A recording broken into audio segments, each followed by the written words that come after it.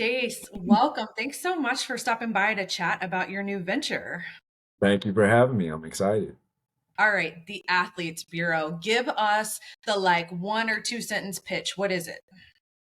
Athletes Bureau is a publication that's owned and run by athletes for athletes. And it's one of a kind right now. Hopefully, it starts a new perspective and a new equity play. I think in the age of revenue share, as it's coming in the next couple years, it's important to have the athlete perspective, and the schools and organizations that implement it in the best way will see all of their stakeholders taken care of. So, how did you come up with this idea? What made you think that a newsletter was the medium where you wanted to talk to people about this? I thought it was a way that we could reach all sides and all stakeholders. Um, it's formal enough to get to the politicians on Capitol Hill, and it's informative enough to get to every single athlete on every campus. And I think it legitimizes our views of the media and views of how to go about this media revenue share, and gives us credibility in a space where people often try to take credibility from athletes in a paternalistic way that just, Mhm. frankly, in my opinion, is amoral. I don't know the answer to this. I didn't look it up. What's your major, Chase? So my undergrad was in public affairs, so I Okay. focused on governance and policy. And then my first master's was in education, and right now I'm doing a master's in legal studies. Oh, well, I went to law school, so I feel whatever pain you're going through. Yeah, Been there. yeah, yeah. Got night class 2 days a week. But I would say, law school, I think, made me a better writer. There's actually a ton of novelists that I read who, I read the book and I love it. And then I flip it over and, I read more about the author again. And I'm like, oh, yeah, they went to law school. It's an astonishing the number of lawyers who become writers. So I think all those legal classes, they're usually making you read and write a lot. And I think that makes you a better writer. So maybe it'll help with Well, later. yeah, I mean, part of the newsletter, part of the base is surrounding the perspectives of college athletes and legitimizing them with court decisions. Yep. And we've already seen the cake is sort of baked with the Alston ruling and with the House ruling.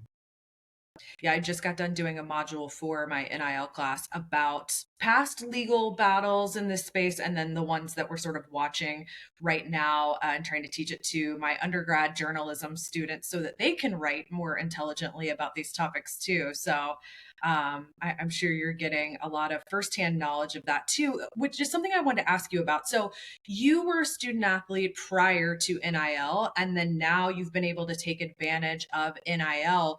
How much has your experience as an athlete off the field changed with the advent of NIL?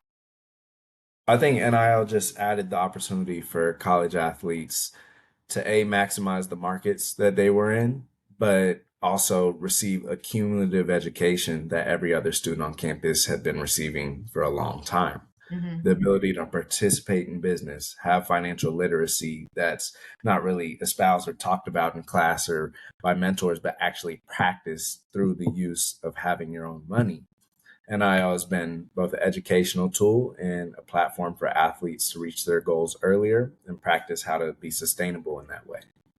An interesting thing you said in your press release that caught my attention was that there was a study you referenced. I think it said only 5% of the stories that are written about NIL have an actual quote from the student athlete. So I wanted to tell you what I see happening from my point of view as a journalist, but just wanted to get your thoughts on that. What has that been like for you personally when you've done NIL deals? Have you had the opportunity to speak on that with the journalists who are writing about you?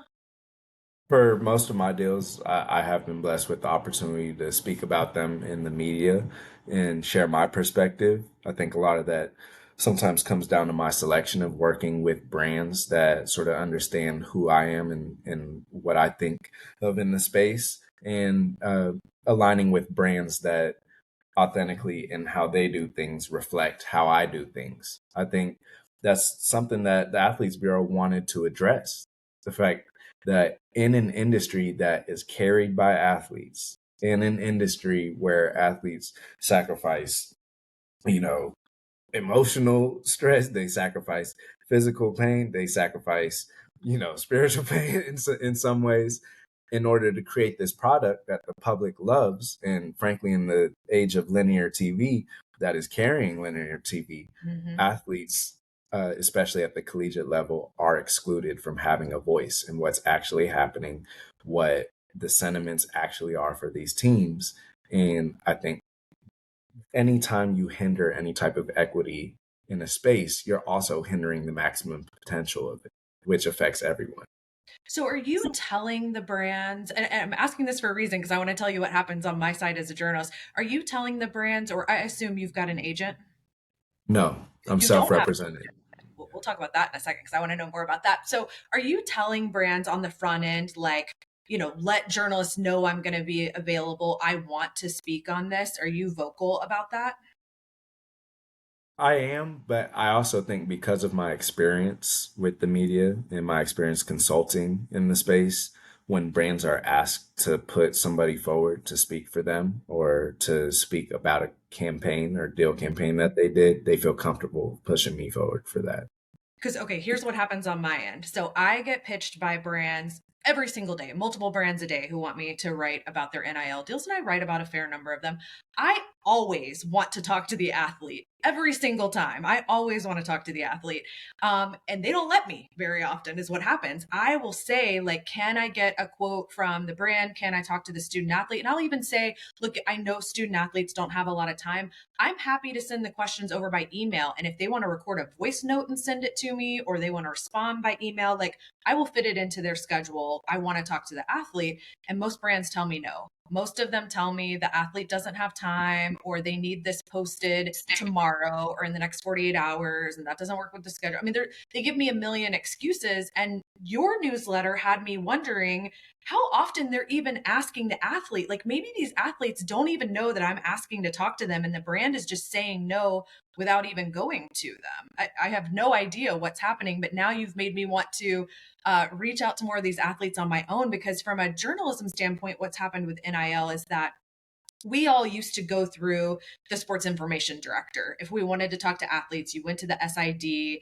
They might or might not give you access, and then you talk to the athletes. And now I talk to athletes all the time in DMs and on social media. You and I have talked on social media a number of times before we got on to do this. And you've been a very accessible student athlete who I would feel comfortable reaching out to and asking for a quote for an article I was working on. But you're making me feel like I need to work a little harder to get these student athletes, because maybe they would talk to me and they just don't know that I'm asking.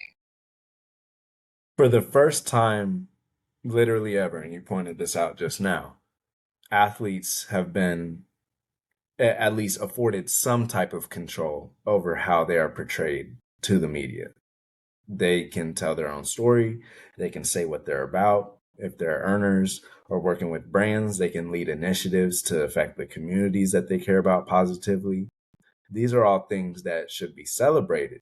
And I think writers such as yourself, who do a good job of highlighting this, not only do your due diligence and I think what's sort of owed to the athletes that the industry relies upon, but it also pushes the industry forward. And that's why in the age of Title IX, when people were saying Title IX was going to eradicate sports, more people watched and played than ever. In the age of NIL, when people said that NIL was going to lead to the destruction of college athletics as we know it, yes, it made it better. More people tuned in, more money's being made by everyone included. Now, in the age of revenue share, I think capturing what college athletes really feel about it, which is the mission Mhm. of the Athletes Bureau, will lead to industry progress. And all stakeholders, I think the ones who really get it, understand that empowering equity always leads to progress for all in the end.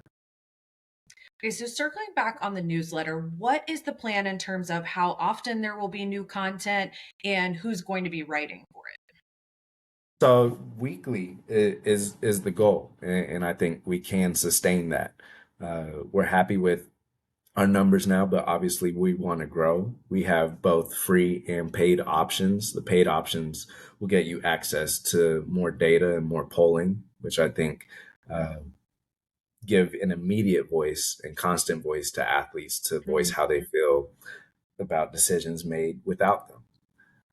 And hopefully, with that, we put pressure on decision making, including athletes as stakeholders in the near future.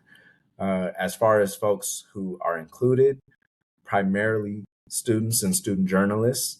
And we focused on student journalism not because they were novel. Most of our journalists, even if they are students, are writing for premier publications right now. And if they aren't yet, they're going to be. Hopefully, the Athletes Bureau is, sort of a landing spot and launch pad for those folks. We chose students because they are on these campuses, surrounded by these athletes, and on a daily basis, see how these athletes and their efforts add to the culmination of success in schools being able to provide their students with a quality education and quality experience. Well, I developed a brand new class at University of Florida this fall called College Sports Reporting. And I have been teaching them everything I think they need to know about what happens off the field in college sports, including we just did a whole legal unit so that they can be, hopefully, better reporters when they go out there and start working. But I have some excellent students in my class. If you need more writers, I'll send them your way. Perfect.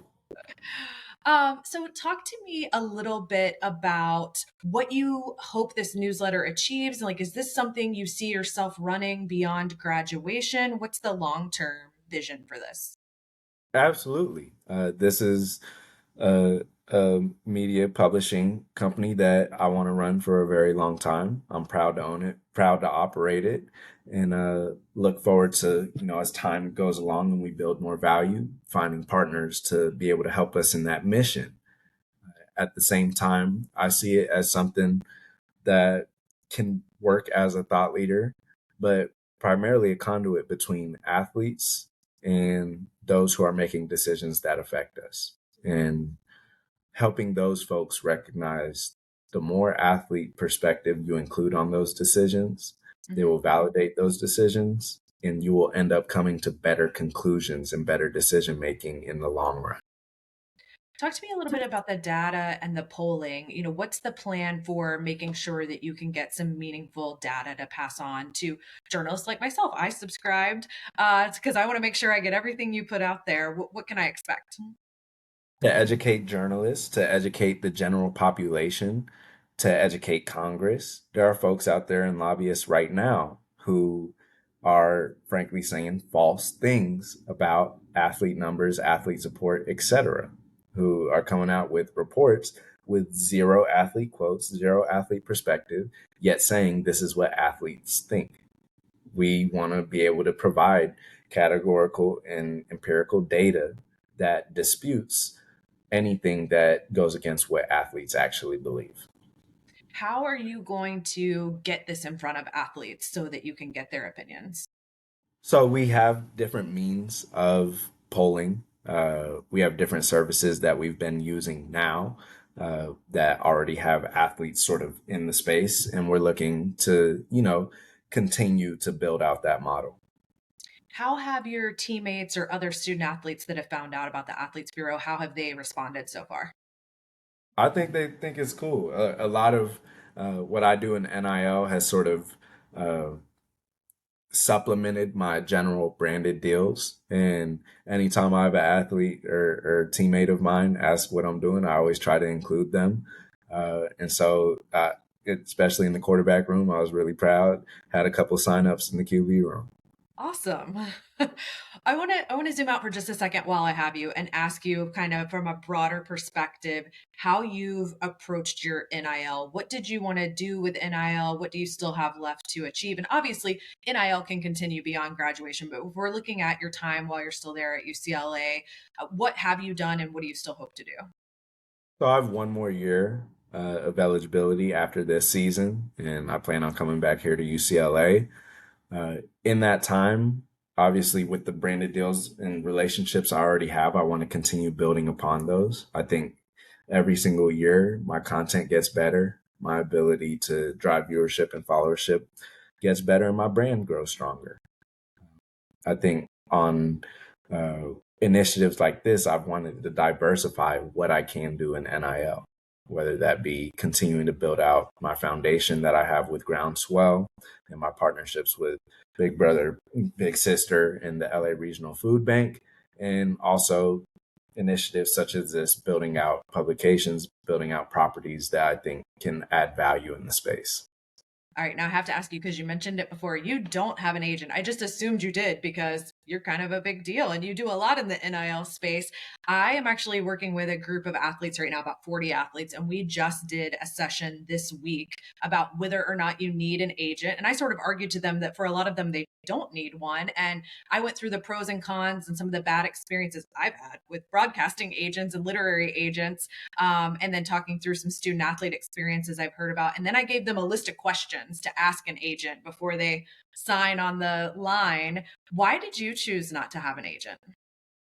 I felt like nobody would be able to represent me and tell my story the way that I could. And I felt like, in the truest sense of NIL, that was the move for me to make. There are a lot of athletes who are having great success in the NIL space, and they have agents. And I think there are agents and management groups that do a fantastic job. Mhm. I actually consult at one, Range Media Partners with the Range Sports team. And so I understand the resources and the people who dedicate their life's work to helping talent find opportunity. I thought for myself, and I continue to believe this, uh, that I was in a unique position to have people around me who, while they may not be managers, may not be agents, love me and care about me. Mhm. And my father has been a great help, and has run point on a lot of projects for me, especially while I'm in season. And I've just been blessed to have a family that supports me throughout this entire process, and family friends who are experts in the space. So even though I'm not represented, I'm absolutely not alone in this. And I think everyone who wants to have success in this space should have folks around them who care about them and have expertise. And those are some of the, tidbits and opinions and advice that I'll continue to share through the Athletes Bureau to athletes. I know the athletes are going to listen to this and they're going to have one big question for you. And that is, without an agent, how do you find NIL deals? Is it all stuff that comes to you, or are you proactively reaching out to brands too? It's a bit of both. I think at this point, I'm primarily inbound. Uh, and I know that's a huge blessing, and a huge uh, help to be able to say that. And I think I do a good job of not really always looking out to source deals, but just look for quality companies, quality folks in powerful position who I think have a similar mission to me, and constantly thinking of ways to add value. I think athletes at heart intrinsically add value. When you get to a school, they're not putting you on scholarship just for charity.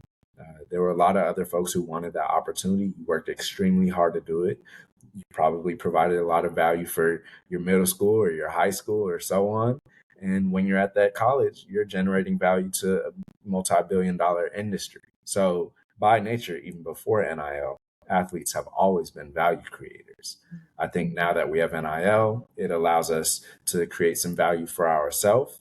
And once revenue share is here, I think we'll realize it at a value level that, has always been sort of the necessary step to get to in order to ensure that all stakeholders benefit. Are there one or two questions that you always ask of brands? So a brand comes to you, maybe you recognize the name, but you've never talked to anyone there. Is there like a go-to question or two that helps tell you whether that brand's a good fit for you or not? There's not always questions. I think questions probably do arise out of this, but when I look at a brand, it comes down to values. So it comes down to personal values and alignment there. Comes down to economic value and alignment with what I believe my market price is, or what I've been charged in the immediate past for, or what I've charged in the immediate past for similar services. And then third is community value. Do I see this as a company or a brand that I see helping me empower the communities that I care about? I love that. Okay, final question, and that is, how can people find out more information about the Athletes Bureau? Check out athletesbureau.com. You can find us on Substack, and you find us on LinkedIn. I'm so looking forward to seeing where you take this and look forward to reading it myself. Thanks, Chase. Thank you so much, Christy.